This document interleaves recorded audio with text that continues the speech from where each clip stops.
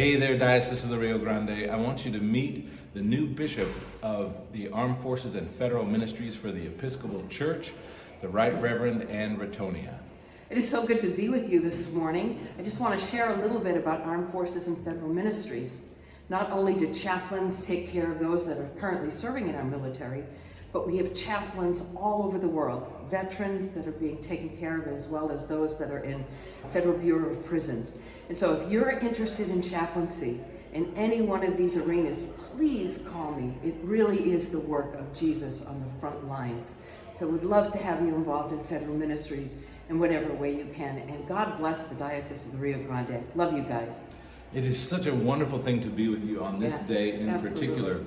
For those of you who don't know, the Diocese of the Rio Grande has a special relationship with the Bishop for the Armed Forces and with all of our military chaplains.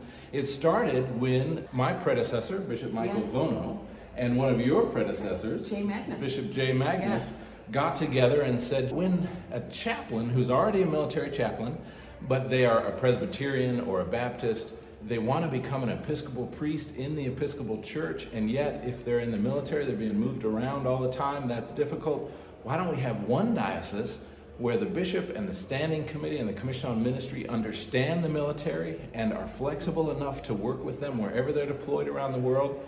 And the Diocese of the Rio Grande became that diocese, gosh, almost a decade ago. Right. So we're like the second or third combination. We are working together. Yeah, it's fantastic.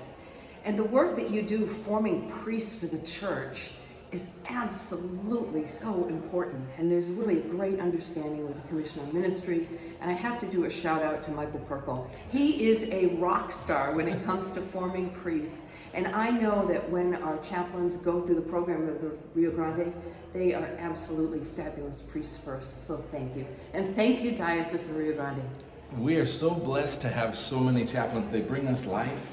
Tell us a little bit about life for a military chaplain. And of course, you care for not just military chaplains, but chaplains for the VA and for federal prisons as well. So tell us a little bit about what the ministry life is like in each of those places. Well, for our military chaplains, they can serve on a base, they can serve with a unit down at the very basic level. So that means when a unit deploys, our chaplains go with that unit.